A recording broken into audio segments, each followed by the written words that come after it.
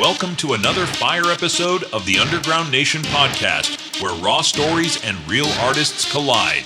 Tonight's hosted by the Mic Slayer himself, Bounce Ball Boogie, your host with the Ghost, bringing that underground energy. He's joined by none other than Crimson Red, an artist who spits with passion, pain, and purpose. From the shadows to the spotlight, this convo's about to get deep. So turn it up and tap in. Let's ride.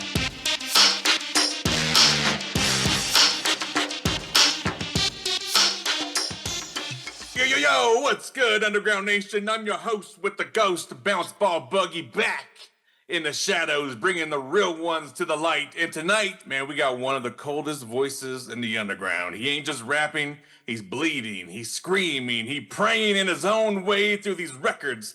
This dude's been merging pain with poetry, and he's got a sound that cuts deep through the noise.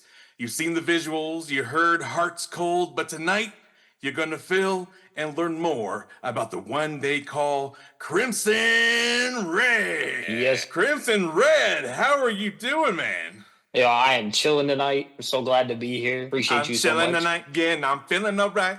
Hey. Chilling tonight, yeah. All right, cool, man. I'm glad that you're catching the vibe here at the Underground Nation podcast. I appreciate you taking the time from your busy schedule. We were just talking about how you're just running amok across Pennsylvania or some shit. Yeah, I was going to say, I can't stop. Always on the move. Always on the move. Always on the groove. You know what I mean? All right, Crimson Red, we want to learn about you and your music and everything you got going on. But before we start, well, you know what? Here's where we'll start. Do you remember the exact moment when music went from a hobby to a purpose? I would say, honestly, where it all started in the beginning, basically with my best friend, one of my best friends, Danny, for example, kind of pushing me on to like doing music and stuff like that, because I've always wanted to do it.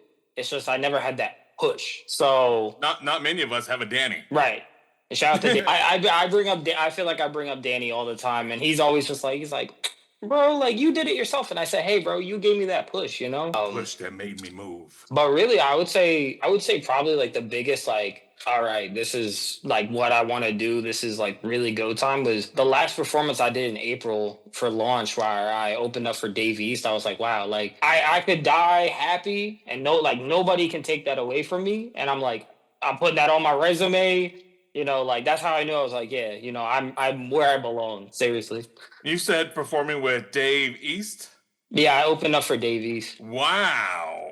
Yeah. Sold out arena? What was that like? Basically, it was fun. Like, I think the biggest, you know, kind of like if you could compare was the last show that I had the year before.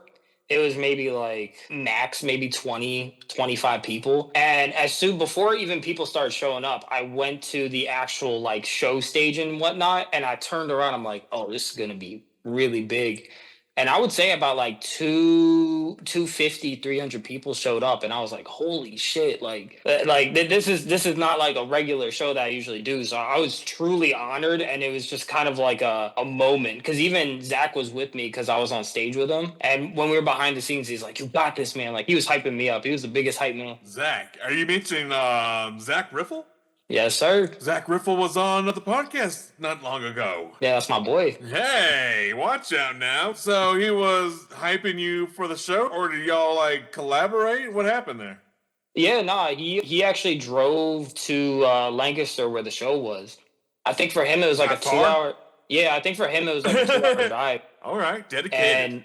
And he was with me the whole time backstage hyping me up, and then he came on stage with me. We did Hearts Cold together. But yeah, like I would say out of everybody, he was the most that was like, hey, you know, lock in, you got this, because he was the last face that I saw before I went on stage. So like you know, people that I knew there and like backstage and whatnot. So it was nice. He got me locked in, and he's like, hey, you got this, you deserve to be here. So that really like brought that like that drive in me when I got on stage. Yeah, that's great. So have you been seeing some success from that show?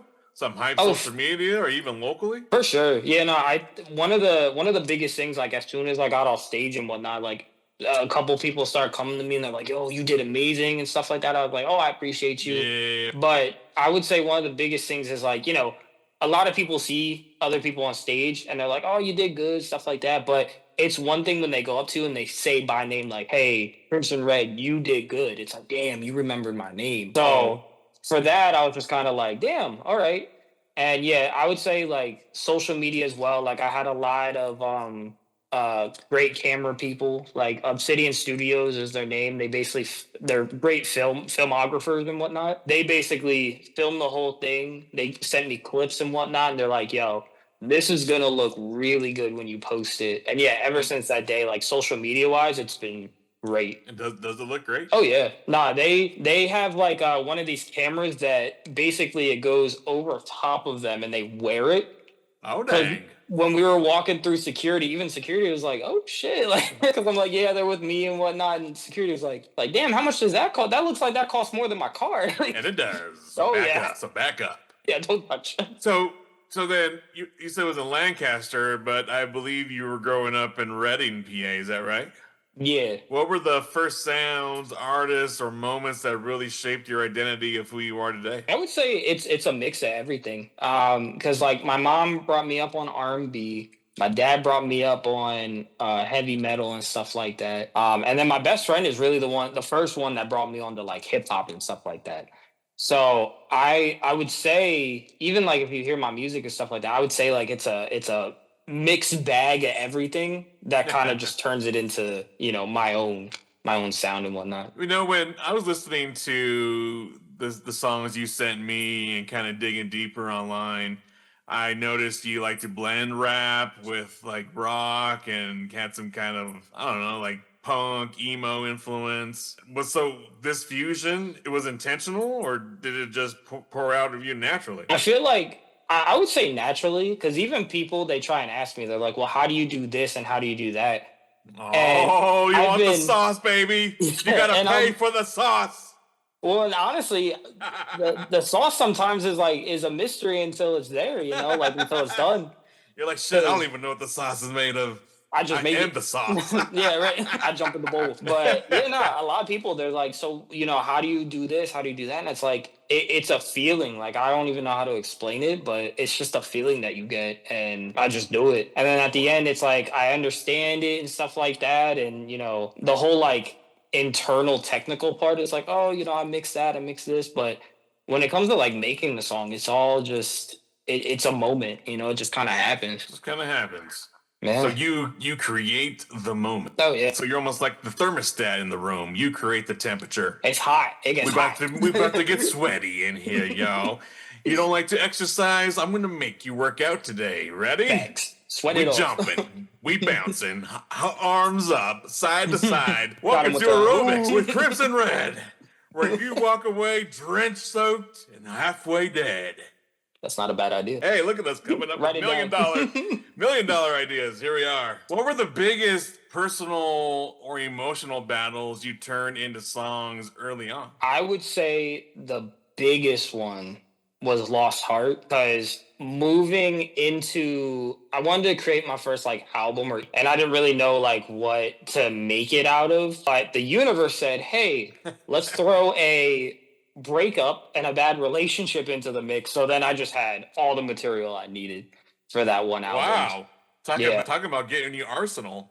Yeah, no, exactly. I was just like, I'm like, man, what? Like, let's load them up with emotional baggage. Yeah, they're like, here, we got you. Don't worry. And when you first released music, what was the scariest part of putting yourself out there? I would say, honestly, the biggest thing was just like if people are gonna like it or whatnot. Because I did YouTube gaming before this, but music has always just been like in the back of my head. Yeah, like passion and whatnot was, music. So for me, I'm just like, I wanted to do music this whole time. I'm going to take the jump. I'm going to take the leap into doing it. So I'm curious how everybody that actually watched me for one thing are going to feel when I jump over to music. And it definitely was mixed. A lot of people are like, dude, what the hell? Like, I came here to watch you game and whatnot. But a lot of other people were supportive, especially before I even dropped music, because I just said, hey, I'm going to start doing music. And they're like, well, we'll support you. And like, we come here for you and stuff like that. But once I started putting stuff out and people are like, oh shit, we actually like your music and whatnot. And that made me feel a little bit better. Cause again, I was just going in blind. I never released anything before, and I already had kind of like an established following from a whole nother different thing. So it was kind of just like, how is everybody just gonna leave me now because I'm not doing gaming anymore, or are people gonna follow? And it was kind of a mixed bag. Mixed bag. Some left, most stayed, and the ones that stayed were meant to stay. They were real ones, yeah. Real ones. Oh, that's great. So you're already starting to build your own little community. It sounds little to me, but hell off I know. It's probably thousands on thousands. Yeah, I think right now, at least on YouTube and whatnot, it's like 15.6K. I think the last time. Yeah, because I've had that YouTube channel for a long time. But wow. So that's where you were streaming? It's on YouTube, or you said Twitch? No, I was uploading videos on YouTube. I tried Twitch for a little bit, but all right. I'm a video guy. A video guy? Yeah, I'm not really like a live streamer or anything like that. Oh, that's what I thought you meant. You were streaming video gaming. Nah, I was doing like gameplays, funny moments, stuff like that when I did gaming. Gotcha. Wow, that's quite the channel that you built. I'm glad you were able to pick that up and run with it. Yeah, like I said, I think for the first year of doing music and stuff like that, like I was losing more subscribers than gaining, but it kind of came to the point where it was like, all the people that don't mess with me anymore or don't want to support me, that's fine. They can leave. But I know now for the growth and stuff like that, like those people are actually here for me and my music. So that's right. A lot of people look at that as like a negative thing, like, no, I'm losing followers. But it's like, okay, would you rather want followers or actual like dedicated people that mess with you? We're weeding them out, yo. Right. That's awesome. Good for you, man. And now, while we catch our breath here at Underground Nation, we're dropping a track that's been shaking the underground to its core. No filters, no gimmicks, just pure underground fire. Crank it up. This is Crimson Red with Big Deal. Just in case you forgot. Just in case you forgot. He found me. I'm a pretty big deal. Ice on my wrist, cause you know the boy chill. I'm a pretty big deal. Say you got talent, but can't match my skill. Damn. I'm a pretty big deal. Ice on my wrist, cause you know the boy chill.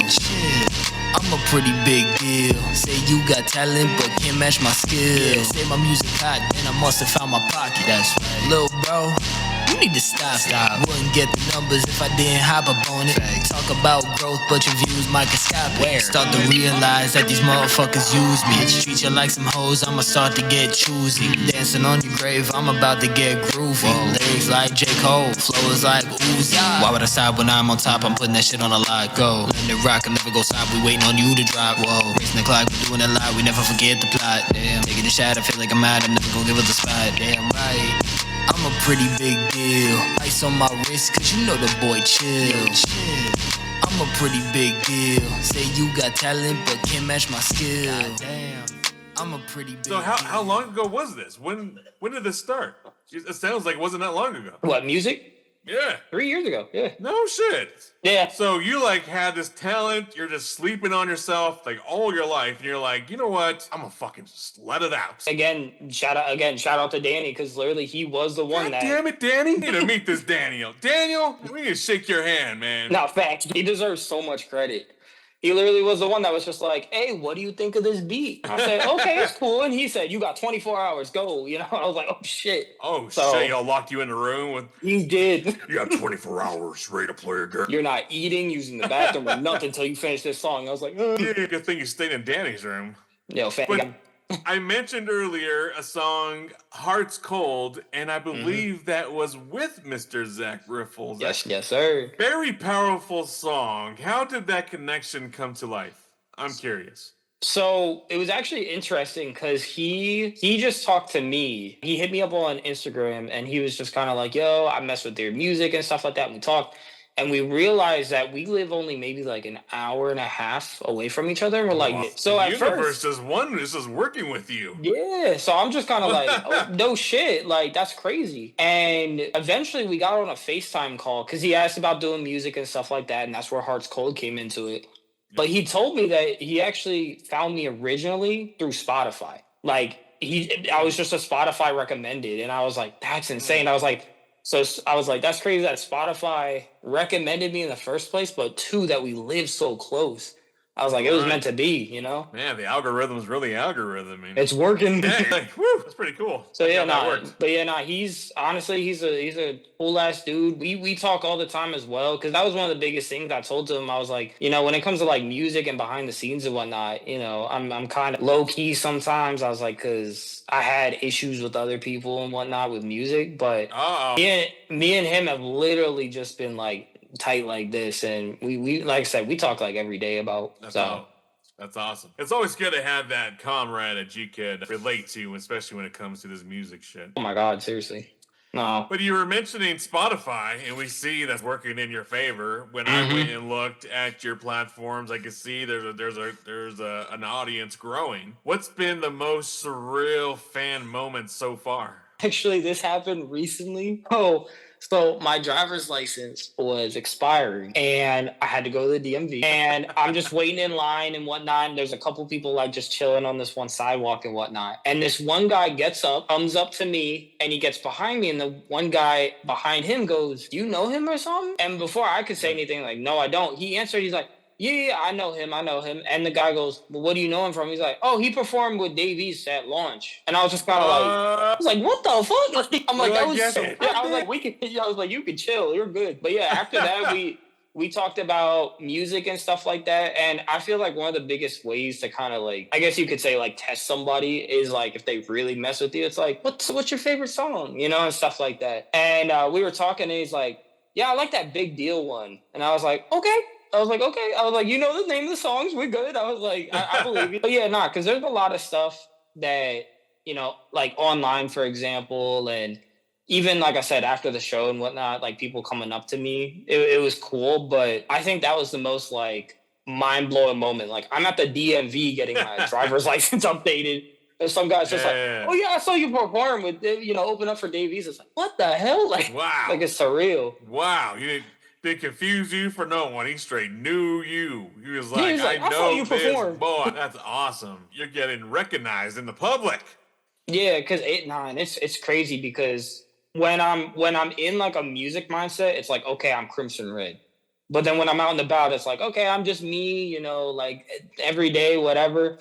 But that moment kind of made me go like, damn, like I am me. Like at the end of the day, Crimson Red is me. I am Crimson Red. You know, it's just crazy. So with what you just said there, how do you feel you balance raw vulnerability in your lyrics with the image the rap game often expects? I think for me, my biggest thing was like the first thing that I said to everybody. I was like, you know, you can call me a rapper or whatever, or, you know, hip hop, but I just want to be an artist at the end of the day. You know, for how people portray me and stuff like that, it's like just call me an artist. I make art, I make music. And I think people like different artists themselves, or again, rappers and stuff like that.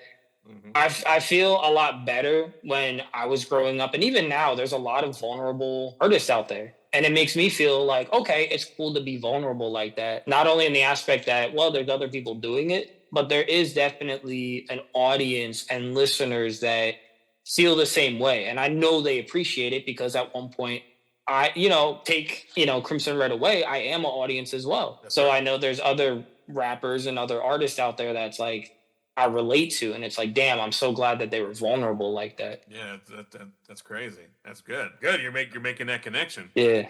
So are you also producing music, or are you more focusing writing lyrics? So technically, I do it all. I would say producing, writing, recording, mix and mastering. All the above. Yeah, the only thing that's kind of like 50-50 is the beat making and the instrumental portion of it. So like on my next upcoming album, like it's basically, I think I produced like 6 different songs, and that's when I started getting into it. But beforehand, I usually just like purchase beats or, you know, have friends that produce for me and stuff like that. But this was like the first time where I was like, you know, I want to get into producing as well, not only just so I can say like, yeah, I can do it all, but it feels more personal as well. And that was another reason why I wanted to mix my own vocals and, basically do the mastering for my own stuff, because I was like, nobody's going to know me quite like me. So I wanted to have more things that I knew to make it a little bit more personal overall. Yeah, absolutely. Absolutely. Well, that's crazy. That's a crazy amount of talent. I mean, in 3 years, how did you unlock all this? Like, how did you even discover I can make beats and also be a vocalist? When I am so focused and locked in on something, like I tell you, like Oh, I what's am happening? locked. Yeah, like my one friend, he was the one that basically he started mixing his own vocals and stuff like that. And beforehand, I would usually send him out, and it was like $100. And I was just like, man, I can't keep doing this. Like $100 can go towards so many different things. So he's like, I'm gonna start mixing my own vocals and stuff like that. And I said to him, I was like, that's not a bad idea. For like, I'd say a week straight, YouTube videos, practicing, getting tips from other artists, 5 days straight until I finally found like my own sound. But the biggest thing is too, and I think what always keeps me going and just like a mixed side of thing and a beat making, just music in general, is that every single time with every single song, there's going to be improvement. And I think that's exciting. And I think that's the most exciting thing about music as well. Because a lot of people, they'll just be like, oh, I'm gonna make a song and then, this is my best song. And then they'll stop, or they'll, kind of be like, oh, how am I going to make something better than this? But for me, it's like, okay, I got to make something better, or, find a new way to vocalize something. And I think that's the most exciting part about it. That's what keeps me going. Absolutely. There's so many things that you could just try. You never know. Oh, yeah. You never know. What's one track that almost didn't make it out, but now you're glad it did? It's a song, the song Jump In. I don't know if you did hear that one or not. Jump In. That one I just made like at a night. I heard the beat and I was like, okay, yeah, I'm gonna record on this and whatnot. And for me, I was just kind of like, okay, this song's good, it's whatever and whatnot. And I showed it to my girlfriend and she was like, oh, this one's really good. And I was like, I'm like, are you sure? So then I was like, okay, well, I'm gonna send it to my music friends, and they're like, well, this one's good. They're like, this sounds like a victory lap. Like everything that you've done musically, it sounds like a victory lap. And I was just kind of like, okay. And looking back at it now, because the song's a little over a year old, it really is that. It's just like like look where I came in music kind of thing, and I should be proud of it. Yeah. So, but yeah, I literally said, I was like, I could kick myself for thinking about not putting this up. Like, I'm so glad that I did. Good. I'm glad that you did too. With everything that you've said, I'm trying to see where Crimson Red came from. Where does that name come from? There's so many different, so many elements to this shit. Yeah, like every time that somebody asks me, they're like, where do you get this from? It's like, well, sometimes they'll be like, I watched like Family Odd Parents, for example, and the Crimson Chin. I just did Crimson. I always thought the word was cool. Chin. I always thought it was a cool name. I'm like, wow, Crimson goes hard, bro. But I'm also from Reading, and it's pronounced Reading, so I was like, oh well, I'll just be Red, Crimson Red. But I think one of the biggest things too that everybody follows up with, well, why not like Crimson Blue? Because isn't Crimson Red just red? And my response to that is Crimson is a little bit of a darker red. But also Crimson Blue sounded stupid when I started it. So I was just like, yeah, I'll stick with Crimson Blue. Crimson Blue. That is funny. So let's shake things up a bit. We're going to create a game. We're going to play a quick game. I title this as Crimson Red Flags or Green Lights. Ooh. Red flag is just no. No. Right. It's not the vibe. Green light, 100%, it's a go. Okay. I am going to throw random things at you, and you're just going to tell me on the fly. I don't want you to think. I just want you to say it. Okay. Red flag or green lights? Got it? Yeah. Ready. Let's go quick. Auto-tune on everything. Red flag. You already kind of mentioned this, but rap beefs for clout. Red flag. Thought about that one. I did think about that. Kind of want to go in on this kid. I'd hold myself back. Labels reaching out to you. Green flag. You just got to be educated on what they say to you and what their contracts are and whatnot. Did you say blue flag? Green. Okay. I was like, wait a minute. Blue flag. It's like, nah, we got to reiterate the rules. We don't get it. He's red. He's not blue. It's written in stone. It's done. The debate is over. It's like, sir, do you know your colors? You are crimson red overall. Like, you one of the colors. Oh, who even said it was a fucking color? What if I meant I'm just reading? Said red, bitch. All right, ready? Let's continue. All right, TikTok is the new A&R. I mean, it's not. It's red light or green flag, but I mean, it is a green flag. That is true. That basically is true. Great, let's go. Yeah, I believe in that. That's truth. Well then, AI generated music. Red flag. Thank you. Red flag. Ghostwriters in hip hop. Red flag all the way. Making Don't even music, need to think about it. Making music sober. I would say green flag. Thank you. Playing a villain in your own music video. Green flag. That sounds fun. Touring with a rock band. Green flag. Feature requests from artists with only 5 monthly listeners. Green flag. Everyone deserves a chance. Oh, look at that. He's a sweetheart. You hear that? He's a sweetheart. This month, the underground goes louder, harder, and heavier than ever before. The brand new issue of Underground Nation magazine has dropped, and we've got industrial legends KMFDM on the cover, bringing decades of rebellion, raw sound, and unshakable attitude straight to your hands. Inside, you'll find exclusive interviews, behind-the-scenes stories, and features on the hottest rising artists making noise across the globe. This is more than a magazine, it's your passport to the underground. Available now, but the underground doesn't wait, and neither should you.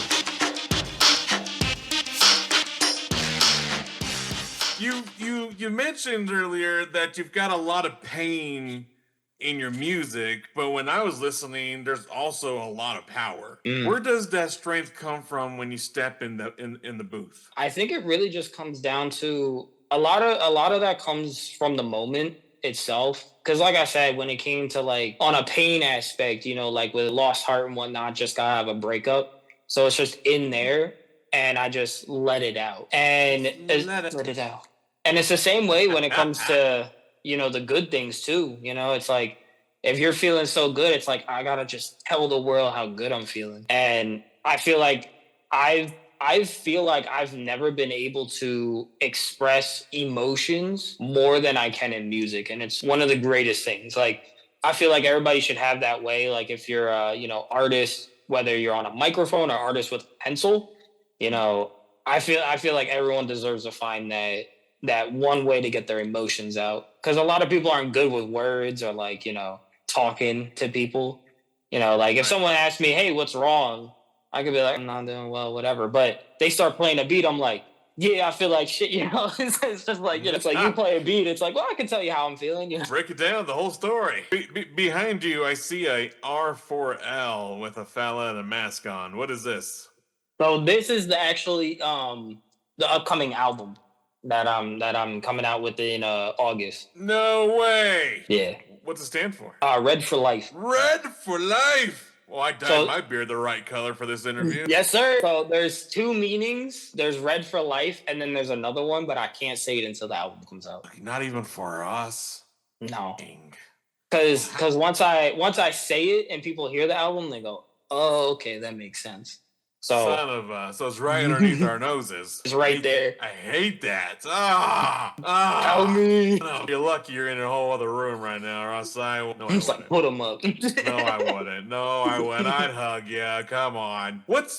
What's one misconception people have about you or your music that you wish you could break? Man, I'm really trying to think. I would say basically because I make so many, like such a variety of like styles and types. Yeah. I guess it's one of those things where like if somebody hears something that's more on like the singing or melodic side, then they're like, "Oh, you're not for me because you're not rapping." And it's like, okay, but you didn't hear the full catalog, you know? And that's one thing that I'm trying to also like fight against is basically, you know, being put into a box. And I feel like the album will help with that because there is a lot of like art melodic stuff. So it kind of, I guess you could say, feeds everybody into being like, oh, okay, cool. Like I like this portion of it, but I'm not so fond of this one. Or basically just like what people are looking for. That's great. Well, what do you feel fuels that? What fuels your creative process? Even when you're not feeling inspired, do you just push through, or do you take a sit back? Sometimes, like I would say again, I'm always doing something. I am a busy man. I'm always doing something. He got the ADHD. All this, he's fucking. He's standing right here on my left side. I'm saying he's on my right. To So tie he's me walking. down. He's walking on the goddamn ceiling. I'm like, guy. Sorry, Yeah. So I didn't mean to call you Just to kid. let I'm sorry. just to let everyone know, they had to tie me down to this chair before the interview started. That's why he's in the dark, mother. Yes. He didn't want y'all to see the rope. Yeah, It's like, you're we in the can't let him know. background right now, aren't you? You're like, you're gonna do this goddamn interview. We're gonna tie you down. You ain't leaving till it's done, bitch. Yeah. God damn it, Danny. Thank you.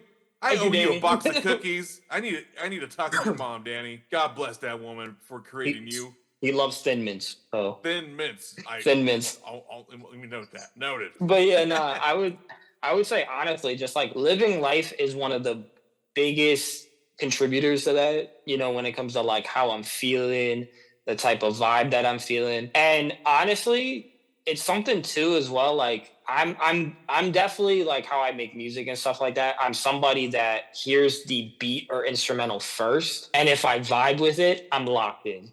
So I could even be, just sitting in my room for like a week straight, nothing crazy's happened. But if I hear a certain beat, I can lock in just like that too. So there's a couple of times as well where like I hear something and I'm like, oh, this is so good that I can't miss the opportunity to get on this right now. Do you feel that's another reason why you had to push yourself to learn how to produce music, because there were certain feelings and emotions you couldn't find from other producers? Oh, for sure. And like there were so many times where I would find, say, like a sample or just something that I would hear. And I'm like, man, I wish I knew how to produce so I could make this. And, basically my best friend, Edwin, he produces, but he does primarily like 90s hip hop beats. So for him, he's like, I could make something, but it's not going to be to your liking. And I'm just like, yeah, you're right. We could do this, dog. It's $100 today. Yeah, it's like I could throw you some boom bap, but that's about it. That's about it. You're paying out. Got it? Yeah. So yeah, definitely like again making it more personal and whatnot. I was like, I need to learn this. Like, I need to learn how to do this. You say making it more personal, and when I was listening, I kind of get at times like a haunting vibe, kind of a poetic edge in your sound. Does spirituality or mental health ever play into your work? For sure. I know like a little while ago, for example, like right now, I would say like if we're talking spirituality and like whatnot, I'm kind of on like a path of like finding out who I am, like spiritually and stuff like that. And mental health, I take super serious, where like I made the one song Alive 988, for example. The whole song is just basically about like suicide, and basically like it's a story from going to like where you're at your bottom and now you're at the top of it. I really like the song's message. I just wish I waited a little bit to make it, because like the mix and stuff like that isn't the best. But a lot of people, even that listen to it today, there's so many people that like I text on a day-to-day basis that are just like, I'm so glad you made this song. And I'm like, well, I wish I made it updated or whatever. They're like, I don't care. They're like, it's the message. They're like, it's the message. That's all that really matters. And I was like, that's true. I was like, so yeah, there's a lot of songs that I make, where I have the mindset where it's like, we're going to have a fun time. This is going to be a good feeling song and whatnot. But there's also going to be songs where it's just like, hey, let's take a minute and talk about a certain situation or a certain, again, mental health or certain feeling that we have. Yeah, just because like, again, humans are really complex. So are they? Yeah. So there's times where like we're depressed as shit, and there's other times where we're soaring through the sky, So I kind of always wanted to be like, okay, I'm a be real with my music, and also expand on those emotions as well. Do you feel that could also be a pathway to another career? I could definitely see that, because before music, and even before like doing YouTube and stuff like that, and it's something that I still kind of want to do, is actually be a therapist. I was gonna go to college for therapy and whatnot. I went to college for business instead, but deep down inside, I'm just kind of like, you know what, like if I make it through this music stuff and like I have the time, money and stuff like that to actually go back to college, I would love to do therapy as well. Wow. Well, you got the knowledge of business, so you better run with that first. Yes. With everything you just said here, do you ever fear of being misunderstood because of the intensity of your style? Oh, all the time. But I feel like that's a good thing. And there was a We're in the video. red zone. If you're not ready for it to get hot, Like, we're literally warning you. you get one warning and then that's it. He is the warning. But I watched a video a little while ago where they basically said that like a lot of artists that are like at the top right now were once misunderstood. And it's because they brought something different and unique that nobody's ever heard of. And people are just kind of like, oh, this sounds so different and I don't like how it sounds and whatnot. And then they look back on it, they're like, oh, it's just because we've never heard this before. It's so unique and so different. Right. So it does suck because there's a lot of people that, they're just like, like, I don't get it or, whatever. But for the people that do get it, they're just like, yeah, I've never heard anything like this before, or, I really connect to it. So I feel like in that aspect, it does suck, when people are just like, I just don't like your music. It's like, hey, that's fine. But I know that if I'm doing it different and I'm doing it me, then I can't be any happier. Absolutely. I applaud you for that. Thank you. You're welcome. You are absolutely welcome. And in this day and age, success looks different for everyone. You don't have to be chasing Grammys and Emmys. You don't have to be on a Billboard Top 100 anymore to find success. In your perspective, Crimson Red, what does success look like for you? Not the numbers, but the impact. I would say I'm living it now, like the idea that I'm able to wake up every morning and I have the chance to record a song or, I have a chance to go on Spotify or Apple Music and my songs are up there and stuff like that. That honestly is success to me, like, yeah, a lot of people will be like, oh, I wish I was famous or I wish I had money and stuff like that. And I get it. But it's like, I feel like I'm so blessed to be able to do this because a lot of people either can't or, a lot of people, again, the music that they make, it's just kind of like they don't believe in it. So I believe in myself. I believe in my music. And I think making it is just having at least even just one person listen to my songs and resonate with it, where they're like, man, I really like this song, or I really like, how it sounds or the message behind it and stuff like that. That honestly is the greatest thing to me. Yeah. More than having like 1 million followers or anything like that. As long as one true person is just like, yo, this changed my life, or, I love the meaning of this song, then I'm happy with that. Yeah. See, look at everything you just said and how deep that was. And I brought that up because I was just talking to another artist earlier today, and they were asking me like, "Yo, I'm getting traction on YouTube, but I don't know, I don't know what more to do other than releasing my music." And I was saying, why don't you just explain, go live and talk about that one song? That one song is going to open up doors of questions. Mm-hmm. Oh, yeah. Of you explaining the story and the backstory of that one song, where it was motivated from, the reason you wrote it, what caused it, blah, blah, blah, blah, blah, and just kind of let it roll from there. I mean, you're talking about something you love and have passion for already, so why not just go dig a little deeper for the fans, like on a YouTube live or a longer form of video content for your YouTube. And I just saw light bulbs going off for him. And I was like, dude, that's all you got to do is just tell people more about the backstory. Right, make it personal. Let them in your life. They love the song, but they want to know why it exists. Right. There's so many people that, they were just like, oh, I'm going to, keep making music. But they didn't want to get personal with it. Like, that's all they would do. They would drop a song, make the post like, hey, the song's out and stuff like that. But like people are so about who's behind the song. And I think that's, why when you brought up like the AI stuff, for example, where I was just like red flag on that. Because it's like, if you hear like a AI song, for example, it's like, okay, the person behind that, it's just code, like there's no real connection there or anything like that. So for people to get connected with the song and the, vision behind the song and you even explaining it, And especially too, if it's something that like you're hearing them talk about the song, they're like, wow, I'm feeling the same exact way. Then you guys are connected in that aspect too. So yeah, I think behind the scenes stuff and whatnot, and that's even something that I'm learning too as time goes on. But I'd even say to like, again, for that artist and whatnot, one of the biggest things is like, it all takes time. It's not gonna happen tomorrow night. You just gotta keep up with it and just enjoy the journey that you're on. Because that's how I look at this. It's just a journey. Eventually we will all hit our destination, that we want to reach. But I want to reach my destination and be able to look back and be like, damn, look at all these memories that I created, while I'm sitting comfortably and whatnot. Absolutely. While you're sitting comfortably.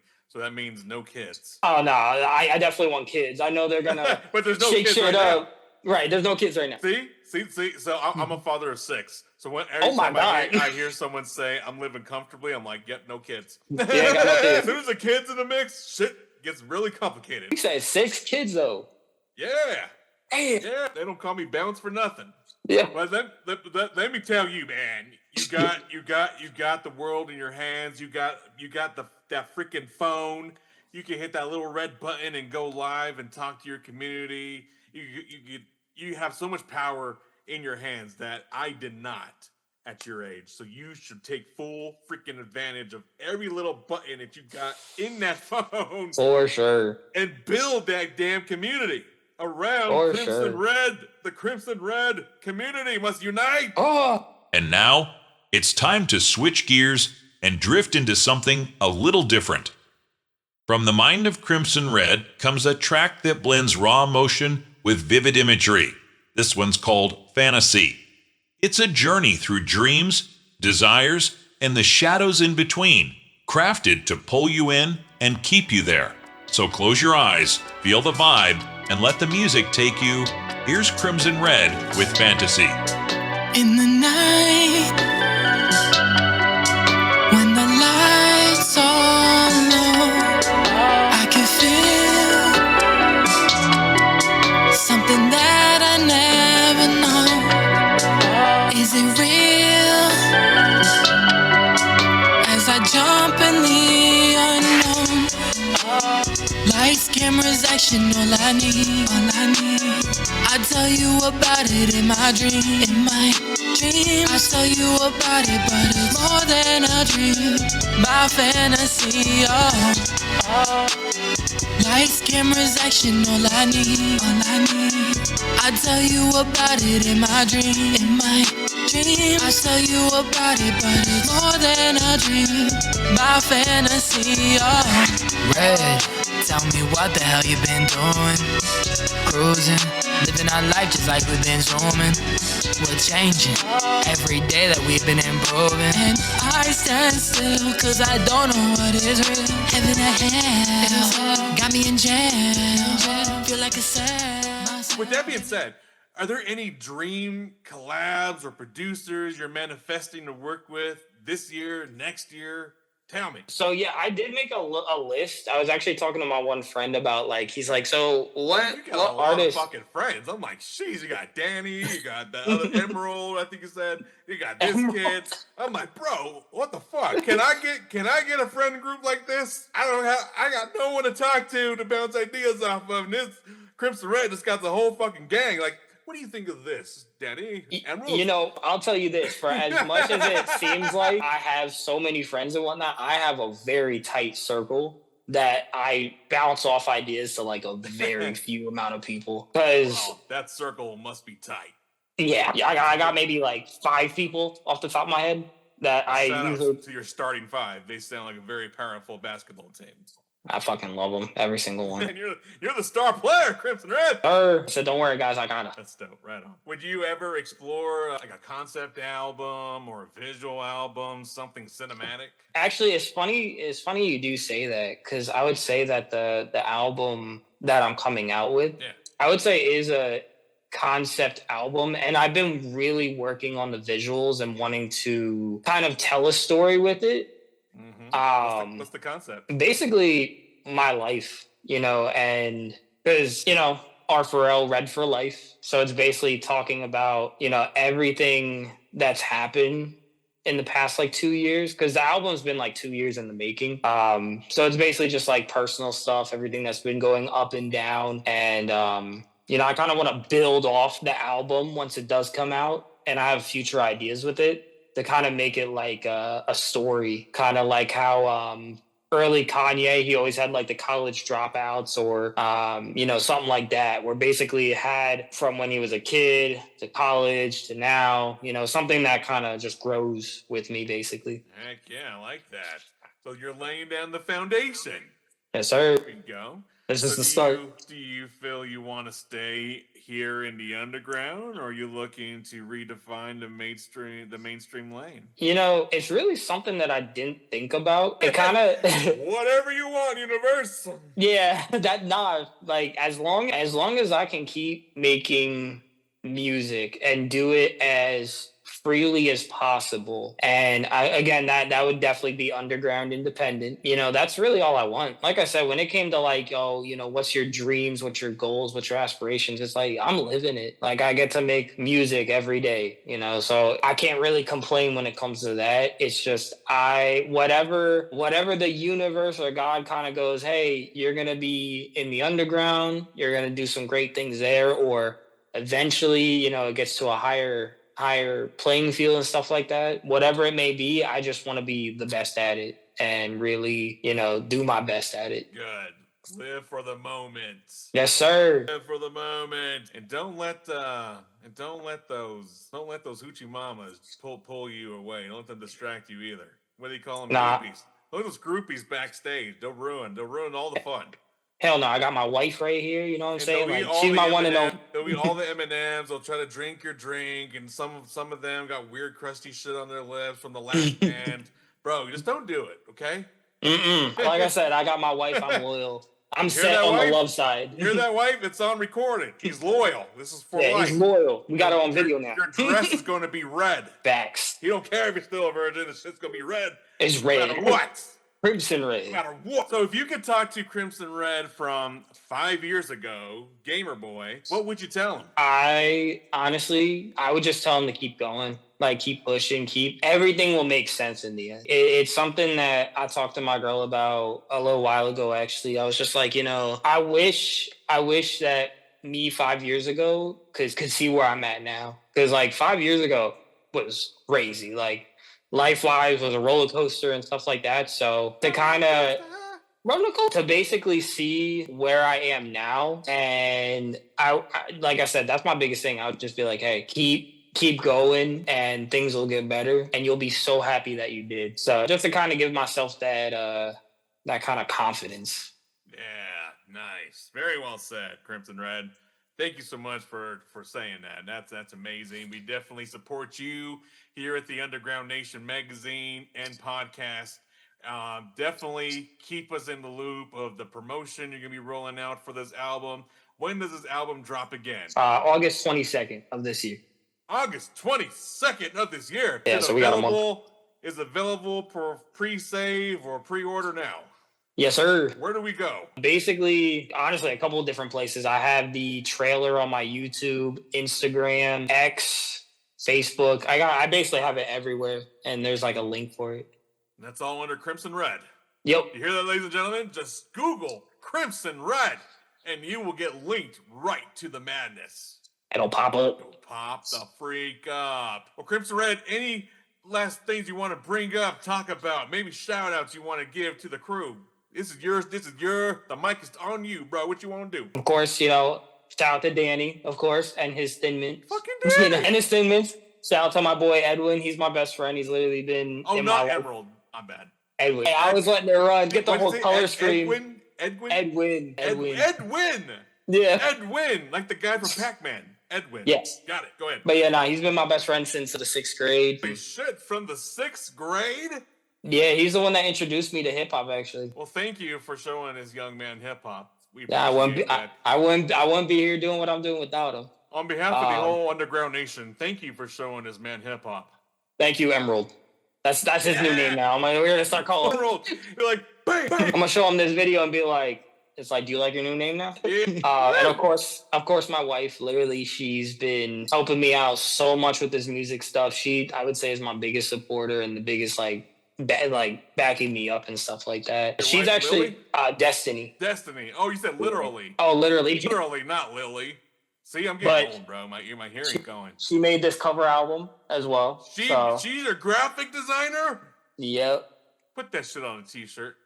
Give her 20% royalty. Hey, I was gonna say we already got the merch coming out soon. So is there really? Is there a website already out? Is it coming soon? Is there a newsletter? Tell me where to go. basically, yeah, newsletters. It's basically through Spread Shop, but either if you hit up my link tree, which I think is on all my socials, or my actual website, which is in the link tree. God. I'm pretty sure it's unitedmasters.com/Crimson Red. Shout out to United Masters. But basically, it shows like all the songs that are out or are coming out. It has my YouTube on there. It has merch, all that kind of stuff. So it kind of keeps it like all compact. Nice. Well, I can't wait to go check that out. And I hope you all feel the same exact way that I do. We're going to go get that new album on August 22nd. We're going to run it up. But for now, we're going to hit that little red button to pre-save. We're going to jump over to Apple. We're going to pre-order. We're going to go hit up Crimson Red on his little newsletter with the United Masters and say, yo, link us to the damn merch, motherfucker. Why you waiting Yes, so sir. long? We want the merch right now.